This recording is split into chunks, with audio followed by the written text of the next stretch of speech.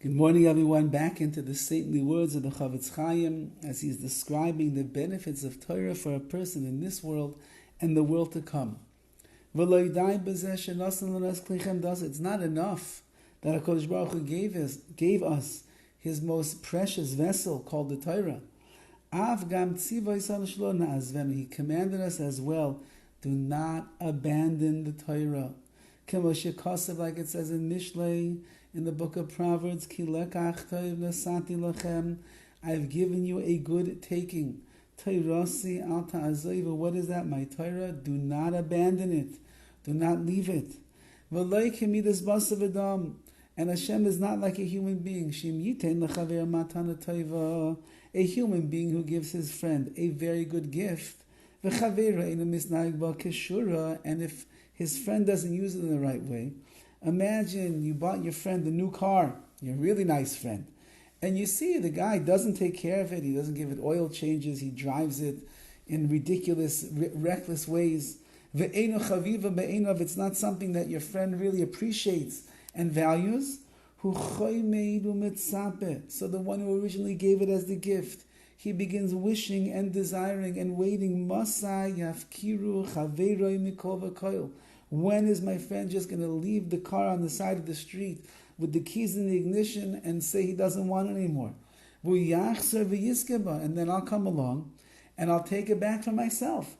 If I gave him such a valuable present and it's worth so much, and for me it was a big deal to give it to him, and he doesn't appreciate it at all. He's a reckless driver. He's not careful with it. He keeps it filthy, dirty. He never takes it to the car wash. He doesn't change the oil. He leaves the windows open waiting for someone to come and steal it. The car is a mess and a wreck. So he doesn't appreciate. So I want to come and take it back. But that's not the way that HaKadosh Baruch Hu deals with us. HaKadosh Baruch Hu establishes for us in every generation. Even though that we strayed from our path in the days of the first Beis HaMikdash, the temple, HaKadosh Baruch Hu brought us Nevi'im, prophets, whose job was to help us return to good, to do tshuva. Even in the days of the second temple,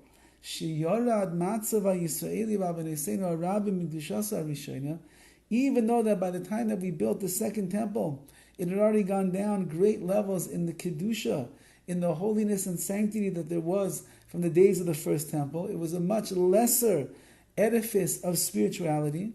5 miraculous things that existed in the first Beis HaMikdash did not exist in the second Beis HaMikdash. In Kol Zeh, nevertheless, B'yoseinu al Maseinu, when we were living on our land, we had a temple called the Beis HaMikdash. We were still able to fulfill every single mitzvah in the Torah. There was a Beis HaMikdash, there was a land of Eretz Yisrael, there were Kohanim, there were Leviim, there was Shemitah, there was Sanhedrin. We were able to do that. And once that you can keep all the mitzvahs, your nefesh, your soul, all the different parts of your spiritual essence, is mashlim, is completed as well. Hanimsoim bana, that's inside of us. Why? Inside of the soul, there are 248 spiritual limbs.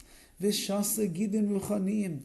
And there are 365 spiritual sinus and the like. And those correspond to the positive and to the negative commandments. And therefore, every time that a person does a positive commandment, they're affecting a part of their neshama. Every time that a person guards themselves in a situation where it's challenging from doing a prohibited command, an aveira, a sin that Hashem says in the Torah, do not do this, do not do that, you are infusing Kedusha into your spiritual self. Take a look in the work of Rav Chaim Vital, one of the greatest Kabbalists of all time. Perek Echad, Chelik Echad, Shar Aleph, you'll see over there how he speaks about every mitzvah corresponds to a different aspect of your spiritual self. And HaKadosh Baruch Hu, who loves Klal Yisrael, who cares about us very much. So even though that we were not worthy of receiving all of this goodness, but there was a Beis HaMikdash in the world, and HaKadosh Baruch Hu continued to give us the bracha of living in Eretz Yisrael with a Beis HaMikdash, to be able to perform all the mitzvahs, to be mashlim, to complete ourselves. And of course, from there, the CHOFETZ is going to have to go into how it worked when the destruction finally came, why it came, what it came for, and how it is that we're living bereft right now of a temple, of a Beis HaMikdash, 2,000 years without really living in Eretz Yisrael as a nation, and therefore we are missing that inner connection to the Torah, to Hashem, and ultimately missing that inner connection to ourselves. Have a wonderful day.